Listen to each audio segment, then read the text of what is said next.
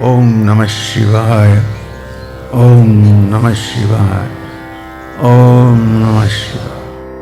Om Namah Shivaya. Khandamandalakaram vyaptam yena characharam tatpadam darshidam yena tasmai Shri Guruve Namah.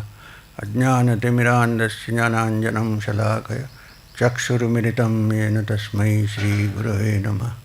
Guru Brahma, Guru Vishnu, Guru Devo Maheshwara, Guru Sakshat Parabrahma, Tasmai Shri Guru. Om Shri Guru Bhyo Namah. Om Namah Shivaya. Like deja vu, see this many faces like last year in front of me. So, we have again come for the Shivaratri. Oh, hello. And I need to discuss a little bit about the spiritual significance of Shivaratri. Celebration everybody knows. We light the dhoni, we sit in the night, we do abhishekam, and so on, and chant the mantra, part of the process. But is there a spiritual significance to Shivaratri? Must be, because ancients in our country never did anything external without having something internal. External, internal together. That's why what is external is dependent more on the smriti, and what is internal is dependent more on shruti. So, sure, it must be as warm in the Alps. Poor thing, you're becoming red. So, today I want to discuss the inner significance of Shivaratri. Now, basically, there are two things which are told, stories. One is about the Samudra Manthan, and the other is about the coming together of Shiva and Parvati. That we leave for the evening satsang, the second part, because it's a little bit tricky. We all know how when Shivas and Parvatis come together, what happens. So, we leave it for the evening. But now I want to discuss the inner meaning of the Samudra Manthan, because that's connected to the Shivaratri. First, let me explain. Shivaratri is on the night when there is a very small thin moon, the 16th digit. In fact, you can hardly see the 16th digit of the moon. That means after 15 days, then when it becomes a thin sliver, then it becomes the crescent. And Shiva is called Soma Shekhara because he keeps Soma, which is the moon. So do you connect the Soma with the moon? Yes. We'll come to that. On his head. Is it right or left? You will know better. Left. So, now the meaning of the crescent. It's also the 16th digit, and which is also used for worshipping the divine energy in her internal form, which is called Shodashakshari. I'm not about to discuss it, but that is also represented by the crescent moon. And the moon and the crescent are connected to the Yogi in the Swadhisthana chakra, which is just above the Muladhara. And it is the center of imagination, visualization. Visualization is a faculty which animals don't have. They are very intelligent. Some of them are really quite intelligent, but they cannot visualize. They don't write poetry, not because they don't have fingers, but they can't. So that whole visual aspect is what distinguishes us from the animals. And Therefore, there is only one being who has also this capacity to visualize. That is the Supreme Being. So we are so lucky that we as human beings have been given the capacity to visualize, which is rare. We don't look at it seriously. It's so wonderful that we have this capacity to do anything in this world or the next. First you need to visualize a bit. That visual later on becomes a reality. You want to build a house, what do? You visualize first. And then you call the architect who confuses you first. Then again you visualize. Again he put in. And it goes on. But then finally it's because of your visualization that the house comes about. In the same way, the inner psyche immediately becomes a reality once you use the visual technique. So when you visualize the little crescent in the Swadhisthana, it is the center of increasing your visualizing capacity. It's also the center which yogis use to go out of the body. It's been described very beautifully in the ancient tantras, describing the Swadhisthana. It says, Vam vijam varning dhyayat ardhachandram shashiprabham Shirupipasam sahishnudam jalamadheshu majjanam. Jalamadheshu majjanam, people think, to walk on water. No. Jala or apas is the principle which governs our capacity to leave the body and travel. That's much for the crescent. And also it is the symbol of Shakti. Without Shakti, you cannot even approach Shiva. And Shiva, without the E of Shakti, is a Shava. If you want to see the power of Shakti, I'm not talking about human beings, go and see where Bhadrakali is kept in Dakshineshwar, Kali Ghat. She is standing exactly on Shiva's chest. That means in action, the Shakti becomes more powerful. And in calmness, quietness and tranquility, Shivam becomes more important. Sankhya also says Prakriti and Purusha. So, unfortunately that Purusha is very difficult to grasp. But Prakriti is easy to grasp because it's here everywhere. Tangible. So you go from the tangible to the intangible. Right? So, that is the crescent, and the 16th being the smallest digit when the light disappears and it becomes night. Now, why night? Because usually night is associated with terrible things. Not always. It's at night that human beings enjoy. It's in the night that scientists who don't want to get disturbed sit down and do their work. It's the night which is called in Sanskrit Krishna, which came to us in a complete Purnavatara. So don't reject Krishna. Krishna Varna. It's very important.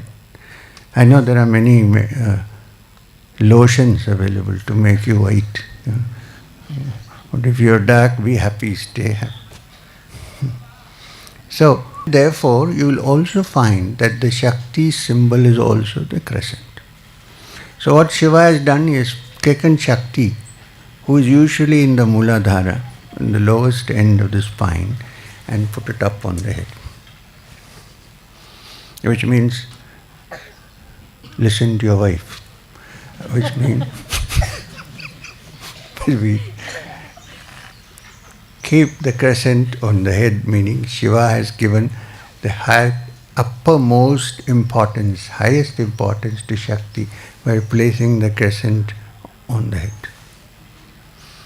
And it is the symbol of Durga. You can see a symbol of Durga anywhere, you'll find many crescents. It's also the crescent of goodwill, goodness. It can also turn into the crescent of Bhadrakali. It can also become destructive if not properly used. However, it's a very powerful symbol of Shiva.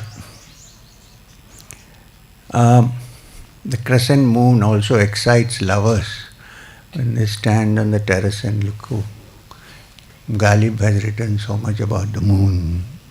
So the moon is something that is so important for us, apart from the sun which keeps us alive physically. This is the other part. The mental, and through the mental into the spiritual. Okay. Having said that, now the Samudra Manthan. You know the ancient story of Samudra Manthan? Well, in a yogis or a jijnasus or a spiritual seeker's mind, it happens all the time. But right at the moment we are talking about that Samudra Manthan that took place probably aeons before history recorded anything. And in this, the Devas and the Asuras, what is very funny if you notice, have you been to the Swarnabhum airport in Thailand, in Bangkok? There's a huge presentation of Samudra Manthan. But as usual, Devas are all clean shaved and the Asuras have mustache. Why, I don't know. So, the Devas and the Asura. Now when you say Asura, don't think it is evil. In fact, the Asuras, there are good Asuras, there are great Asuras. So Asuras are not to be degraded, they are just like anode and cathode. Not minus plus that way, because Asuras can turn into Devas. Devic qualities. And Asura, somebody said, also means Asura, one who doesn't drink.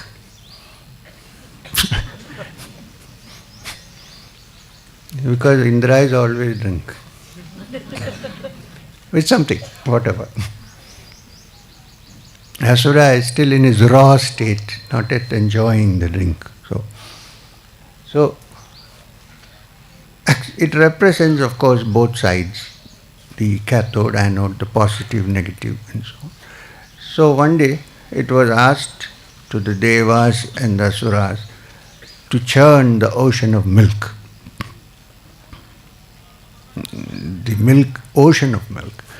So they did what is called Samudra Manthan. And they needed a rope. So they went that side and caught hold of Vasuki and put it around the churning rod and churned. Now the thing is, this churning of the Milky Ocean is for the yogi an everyday affair. Till he becomes perfect. There is a churning going on. And the churning may be due to external circumstances, it may be due to internal matters, both. And a yogi doesn't shy away from the churning. He has to be part of the churning before he can discover how to be free of it. Now what happens when you do the Samudra Manthan as it was done before? Why do they do Samudra Manthan? To get nectar, Amrit. The most precious thing that can come out. But the first thing that comes out when you do the Samudra Manthan is poison. The hala hala visha, the big poison comes out. If you leave the mind as it is, you will not see any poison because it is deeply hidden inside. The moment you begin the chant, when you use your Shushumna as the Vasuki and start churning the rod which goes from the Muladhara to the Sahasrara, I'm talking about the internal. And then the first thing that comes is poison.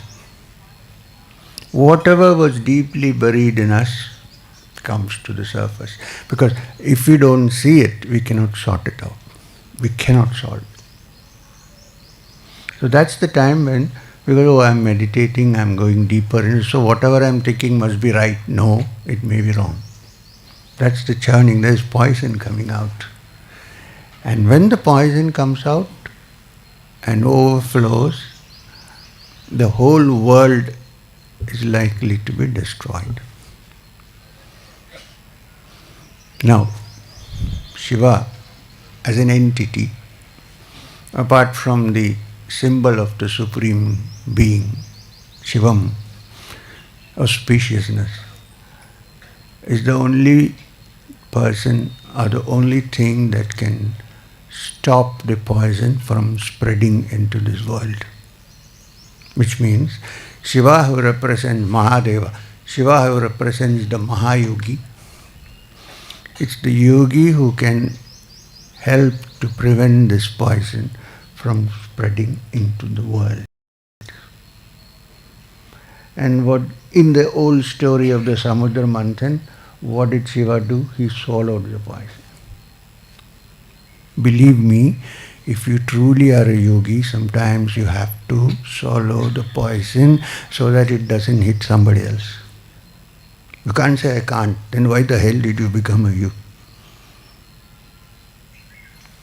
That much of sacrifice is essential. So, and sometimes it can be terrible. You know why? Because people are likely to, if they have trust in you, to throw everything at your feet. You take care. And whatever poison they have to drink, you have to drink. And we don't have the Nilkant. So the story is, when the poison reached the throat, Parvati held the neck. That's the story. Not to fight, to prevent the poison from spreading into Shiva himself. So, since it stopped here like a blood clot, so it became blue, so it's called Nilakanta. Nilakanta. So, this is the Samudra Manthan that we all go through every day, especially if you start on the spiritual path. Why I'm saying this? When you touch that, of course, you will realize it's all worth it. But till then, it's there. And what do you reach ultimately? You reach that Supreme Being. You have Rama avatar, you have Matsya avatar, and so on. All the 10 avatars are there, including Varaha avatar, Krishna avatar, just before Kali Yuga. But you will see that they come and go. Right? They come, then they go. They may be in our hearts, that's a different matter. Physically, they come, then they go. Then the next one takes over. Next one hasn't taken over yet, but this is how it is. But if you go back to the ancient times and look, the concept of Shiva is constant, always. It doesn't come, it doesn't go. And if Shiva has to manifest, he manifests as Shiva. There is no need to change anything. So, therefore Shivam, I'm not a Lingayat, don't misunderstand me, but Shivam is a concept of the supreme, original, pure, all-pervading being, which the Ishavasya Upanishad describes as Ishavasyamidam Sarvam. That Supreme Being pervades everything here. Now, that Shivam, there are many meanings for the word Shivam. One of them is auspiciousness. Wherever there is auspiciousness, there is Shivam. Beauty is Shivam. Purity, absolute purity is Shivam. Light is Shivam. Sanskrit is a language, there are many definitions. The most important, of course, is Anandam. Shivam is a substitute word for Anandam, happiness. So when you experience little joys of life, that's also Shivam. When you enjoy the ultimate bliss of understanding your inner being, that is also Shivam. So it's all pervading. And it is to find that we go through all the rigmarole of life to find that ultimate Shivam.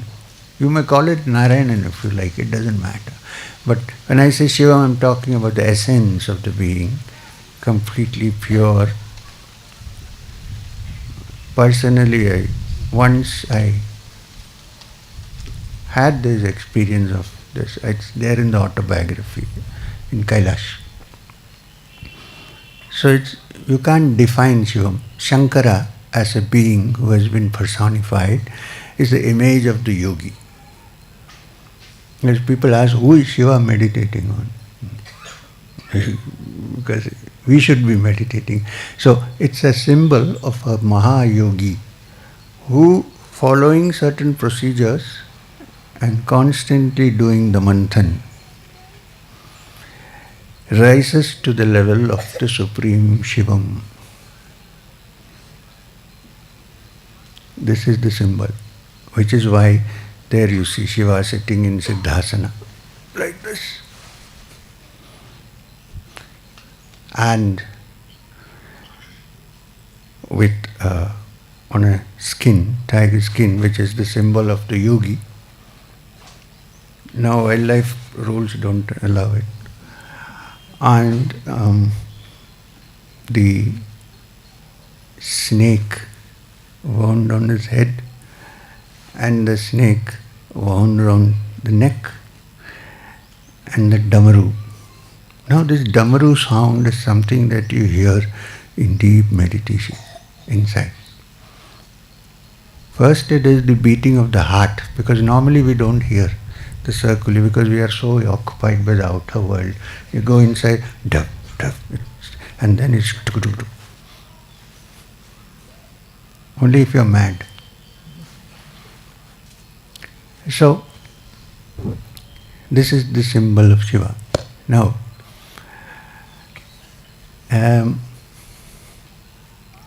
Shiva is also the one who sorts out problems and forgives people. He's a greatly compassionate being. And, if necessary, he is the one who does the Thandavanarta.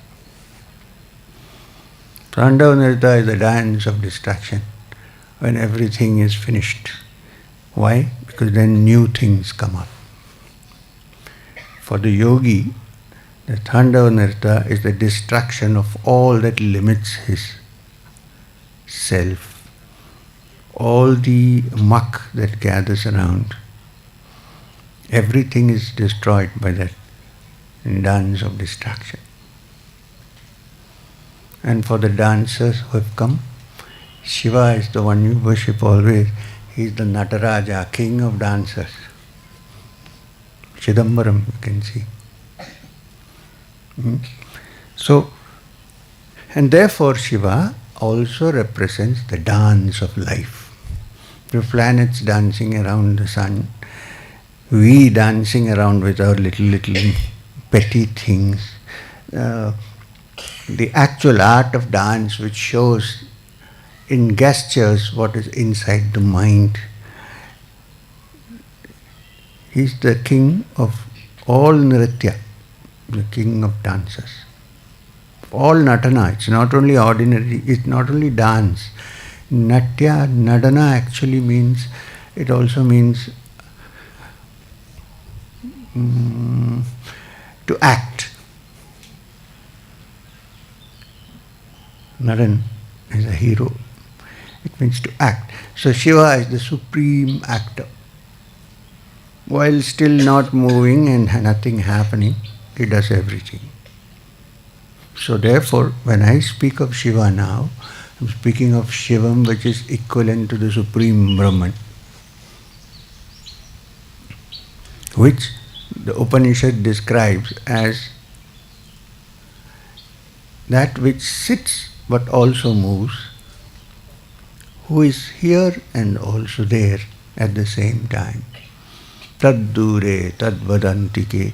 He is far away and yet he is so near. He is far away because the concept is so universal, so vast, that for the puny mind is difficult to figure out. But he is here because it's part of our inner self. So the good news is that Shivam, which I have been praising, he doesn't need it, is sitting in every human being's heart. And that Shivam, when I say heart, please don't think it is to be here only. Heart could mean anything. For the yogi, it's in the Sahasrara. And that supreme, all-pervading being is what we seek and which is to be gained. Okay. We also have the other part, which is Shakti in all of us, in the form of the Kundalini, the dancing goddess, the snake. You know how the snake, when there's a snake charmer sitting in, and the snake starts. Actually, the snakes don't have ears, so they can't hear a single sound coming from that. They move because the snake charmer sits like this and moves his. So, the snake in us, not the bad snake, not the snake who came to tempt Adam and Eve, which is also true in a way, because it is this snake that also causes temptation. If it moves in one direction, it is temptation.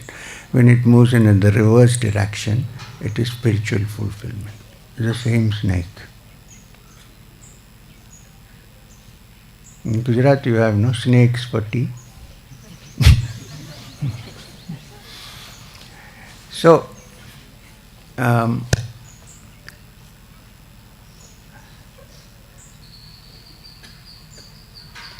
so when you begin to worship the inner energy, which is the snake, then in Kerala you will find a maximum number of sarpa cows, snake temples. The Nambudris came with the worship of the snake, because the snake or the sarpa is a great symbol of the inner energy, Shakti, of Bhavani, Rajarajeshwari, and so on. When the yogi touches that, and then slowly the snake moves across the churning rod and reaches here. When it reaches here, it's no more a snake. It coils around Shiva's neck, becomes tame, and sits there because it is his own Shakti. It is the celebration of this Shivam and Shakti that is celebrated in the Saundarya Lahari. So, which is why even the first sloka starts with both Shiva and Shakti. Shiva Shaktyaha yukto yadi bhavati shaktaha prabhavitam nache devam devo nakhalu kushalaha spandiktum atastva hamaradhyam harihara virinjadibhi. So it is when this energy goes up, when the mind gets purified, when the churning completes itself, then the poison is gone and there is only Amrita. Amrita is nectar because Amrita means deathlessness, Amrityu. No Mrityu. Not that the body can remain for some time. You can stretch it a bit with Kayakalpa, but beyond that it won't go. But the inner self, which is a amsha of that supreme Shivam, has no death. So then what happens? You discover that you are not this body, or the mind, or anything associated with it. In true essence, as Shankara said, Chidananda Rupam Shivoham Shivoham Nirvana Shatra. So, this is the celebration of Shivaratri. So that's why we have all come here. You're lucky because here you don't have to fast. Usually, I'm sure you all have a full breakfast. Actually, it's a good idea to at least miss one meal. Don't miss the lunch, they prepared a lot. either morning breakfast or night dinner or something, and keep your mind. Today you are excused, but I'm saying, suppose you are sitting at home and you want to celebrate Shivaratri. Please, it's not necessary to come here. Why? Because your Shiva sits there also in your house. Only that here now there are many Shivams, so it might contribute to it. But it's also in your house. There is no way you can actually escape from that Shiva. Because before you think, he knows what you're thinking. There is no way out. It's like Maheswarnath Babaji. I was so foolish in those days. I used to think that I'll tell him something and then he'll say, so kya hua? So, which means I have not even started thinking about it, It's kind of, so, which means here was a man who was so fully absorbed that his physical identity was almost zero. So it is Shivam in human form. So whenever I say Om Namah Shivaya, because anyway he also looks like Shiva with his matted hair and all that, I just add a snake and a crescent and think of him. Because for me, that was the only Shiva I was in touch with. All other Shivas, yeah, but physically to be in touch with. To understand internally is different, but to be physically in touch with, we are people who live with name and form, Nam Rupas. So it's much more easy and tangible to touch. That's why you all come here, I think. Because it's nicer to be tangible. Because you can, Shivam is also at home, but how to grasp, how to touch. See? So, today that you have come here, I want you to spend most of your time, because I'll go off at 11 after a while.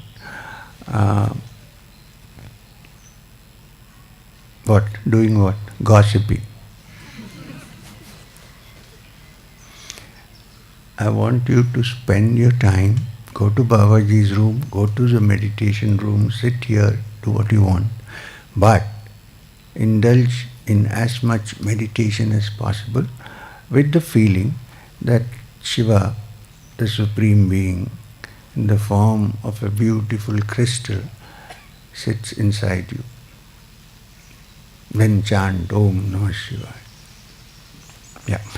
So it's a night. Shivaratri is night, which means for a time being, give a chutti to the day. Think that it's night and you're retiring and you're sitting and meditating only. Now the third aspect I want to tell you, look at this Shiva. He is considered to be auspicious. Where does he love to be? In the smashan. And what does he wear? Ashes. He's also time, Kaala. The time that eats us all. Doesn't spare anybody.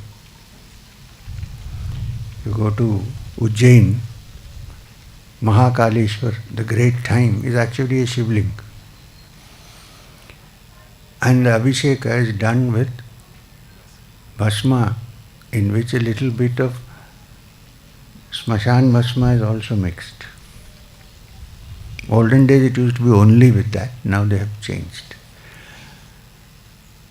So that huge linga, when they do the Abhisheka, it's a wonder to watch. Because it's as if everything, there's a finger pointing to saying this is where you end, man. And even when you end with this, you can still worship Shiva. He requires nothing. What do you need for Shiva? A bilva leaf and some water. Nothing else is required. So it also shows the simplicity of the human mind.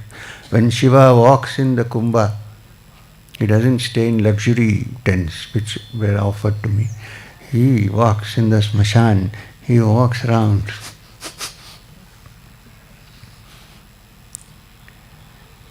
He mixes with the crowd like one of the Naga Babas. You don't know where he is. In fact, if you see a great yogi in the Kumbh Mela, consider him as a personification of Shiva.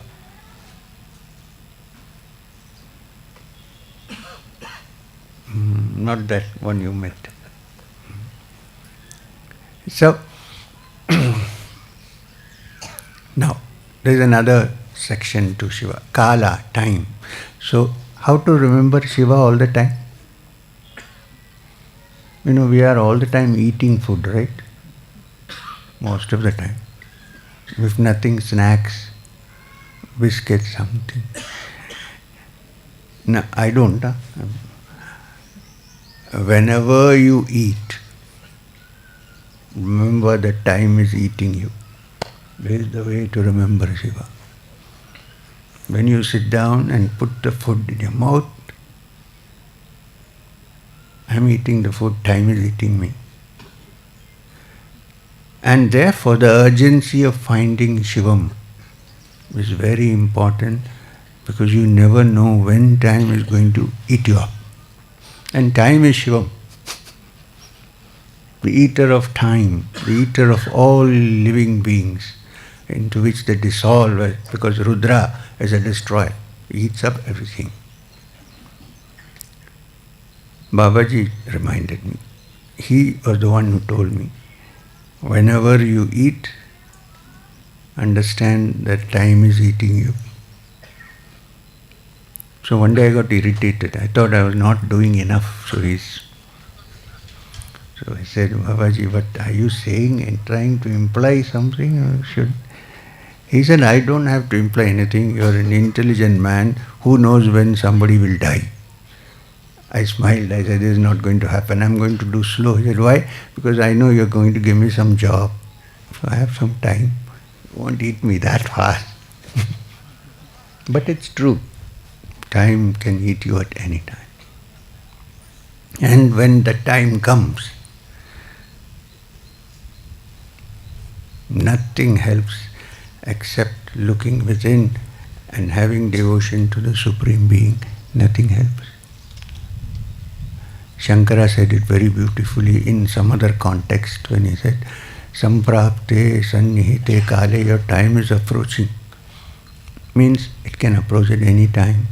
Nahi nahi rakshati dukra nagarne, no escape by intellectualizing and hair-splitting grammar. Fix your mind on Govinda, he said. Here, because it's Shivaratri, you can say fix your mind on Shivam, doesn't matter. There is no politics there, no parties.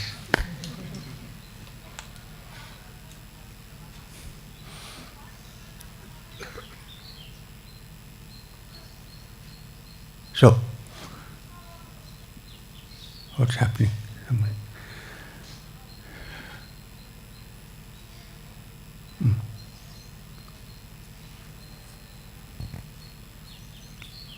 See if somebody needs something, some person was shouting. Anyway, and now I have described a few aspects of Shiva, including time, which is Kaala. Now the other thing I wanted to describe is the mantra, Om Namah Shivaya. This is an ancient mantra which has come down to us, I don't know from where or how. It's not, people think it first appears in the Shiva Purana. No. Because even before that, the gods were supposed to be chanting Namah Shivaya. Now this Namah Shivaya is what is called the Panchakshara, the 5 letters, Na, Ma, Shi, Va, Ya. So since you've come, it's good to go with something in your hands so that you can use it later. The first thing is understand that Shivam is the all-pervading reality who luckily for us also sits inside our heart. Hey.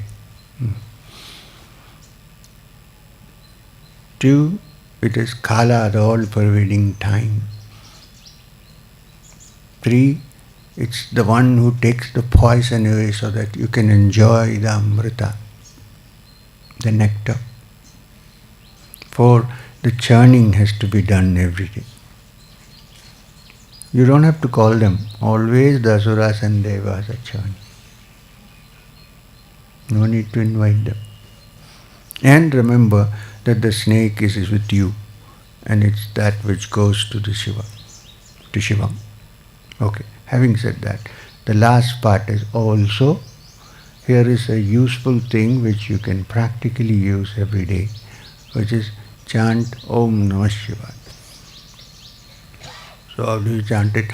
According to the Shiva Panchakshara, the 5 letters, excluding Om at the moment, starts with the chakras. 5 starting from down. Na, ma, shi, va, ya. Then this and this is Om. So instead of Om, when you say Om, here it starts in the other way, Namah Shivaya. So when you chant, it's nice to chant Namah Shivaya Om. When you do it fast, it will come. Namah Shivaya Om, Namah Shivaya Om, Namah Shivaya. It becomes fast. So it's a good idea to fix each letter of the Panchakshara in each of your centers. Muladhara, Na, Swadhisthana, Ma, Manipura, Shi,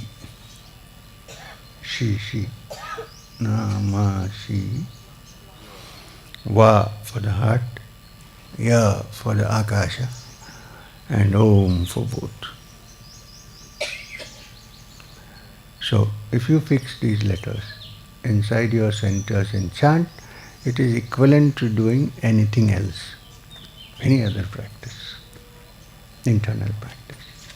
The main thing you have to always remember that even if you hide, you cannot hide from Shivam, because it is eternal witness of all that is happening in this universe.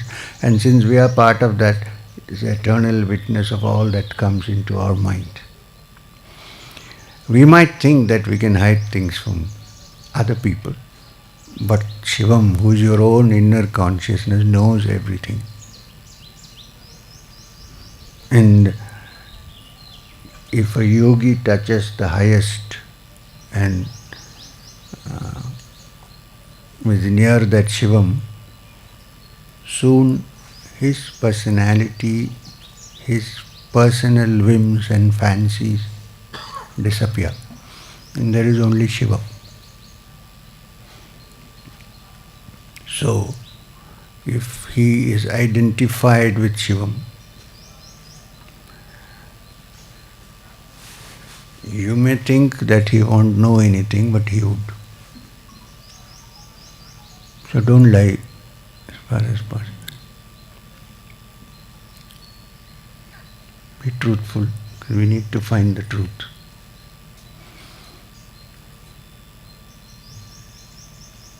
So, this is the message I wanted to give you in the morning, on an auspicious morning that is coming before the more auspicious night. And I'm very happy that you're all here. Please reflect on what I said. Sit down and meditate wherever and whenever possible. Chant Namah Shivaya, or you can chant anything, but it's all the same.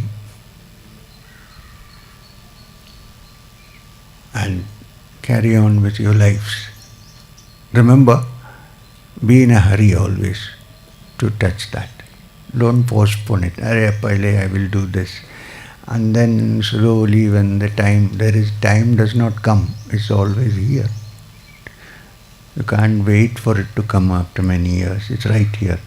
But I can't understand why people don't get serious. I mean, I'm sure many are sorry, but because it's so clear that you're going to pop off. And do we want to pop off as we are, like this, in this stupid state? Shouldn't we, if there is a treasure in us, shouldn't we look for it? Shouldn't we find it? And believe me, if you find it, even life in the outside world becomes clear.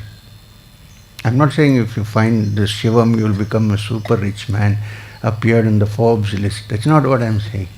This is also possible, but I'm not talking about that. I'm talking about leading a happy, nice, wonderful life without hurting anybody, without creating problems for anybody, and yet enjoying the bliss which is like your retirement benefit. So please wake up, do the, and in any way you need help from this man, I'm there.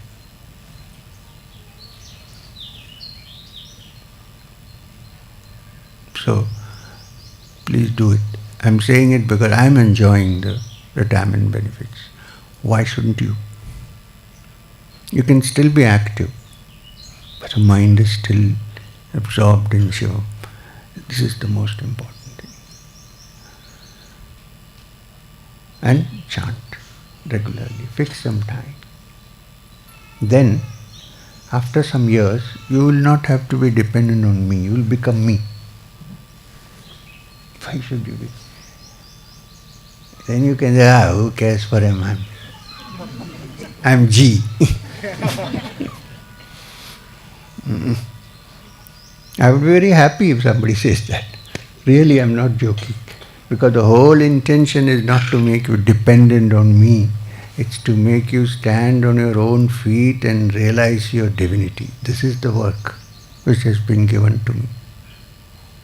And if you do that work, you will not get tired. Morning today, somebody came and asked me, what is this? You are running. My good old friend, he got worried. Yesterday you came from there, then tomorrow you're going there, then you're flying, then you're driving. You don't get tired. I said, I'll get tired if I'm doing my work. I'm doing Babaji's work. I'm like a laborer, I'm doing his work. I'm quite happy with that. I don't care. And it actually, if you touch the source of energy, you will not get tired. Half the time we are tired because we do things which we really don't want to do, but because we want to survive. So we are bored stiff. The other is because we don't have enough energy to expend. When you touch the source of all energy from which everything happens, including this universe, why would you feel tired? There is no need to feel tired. You don't need to sleep long hours. Well, I take an afternoon nap, let me confess.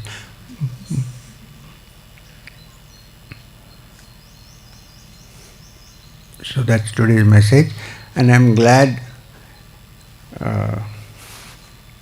Sindhuji has come with her wonderful peacock and others to dance. In the evening we'll also see the dance before the Nataraja, the king of dancers. I'm looking forward to that. And that's it. Thank you. I know some people might be thinking there's a question and answer session. There is none. At least on Shivaratri, let's be at peace. Because usually I have been asking questions, answering, but at some point we should also remain quiet and at peace with ourselves. And I'm hoping that at some point you will have no questions. That you would be in a state where you understand. There is no need for somebody to say it verbally. So this is what I wanted to convey. Thank you very much for coming. Sorry for all the difficulties if there are. Oh, you're here. I said bring Vasuki from there, she's sitting there. So, thank you very much. Om Namah Shivaya. Om Shanti Shanti Shanti. Hari Om Tat Sat.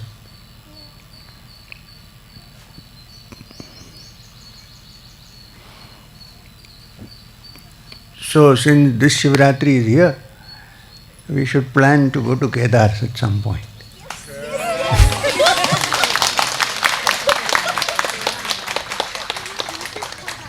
Badri is over, so we'll go to Kerala.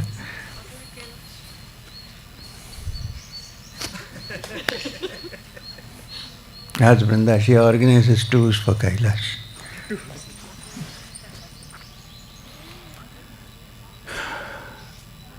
What is the program now?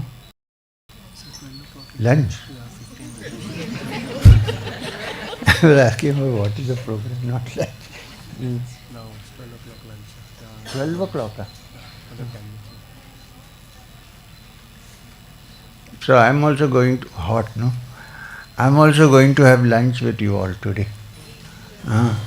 First I thought I'll sit alone and eat, then I thought it's not fair. So if it's too hot, you can get up now.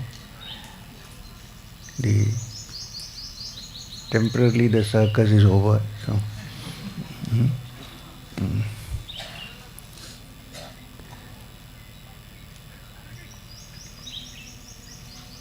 what shall I do?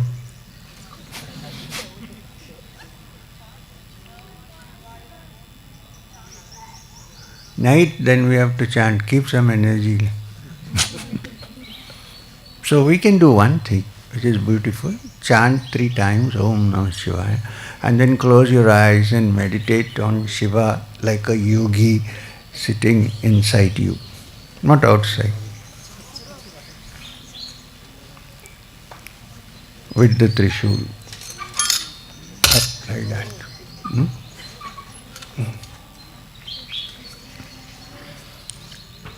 You chant Om Namah Shivaya together 3 times instead of Om. Chant with me. Om Namah Shivaya. Om Namah Shivaya. Om Namah Shivaya.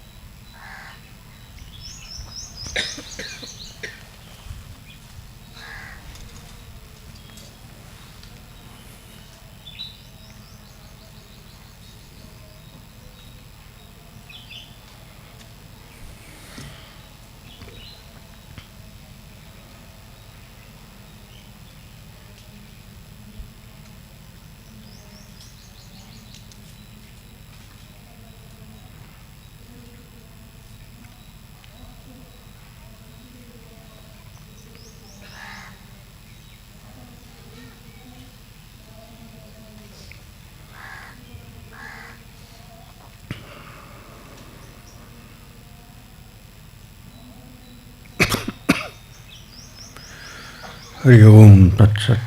Om Shanti Shanti Shanti.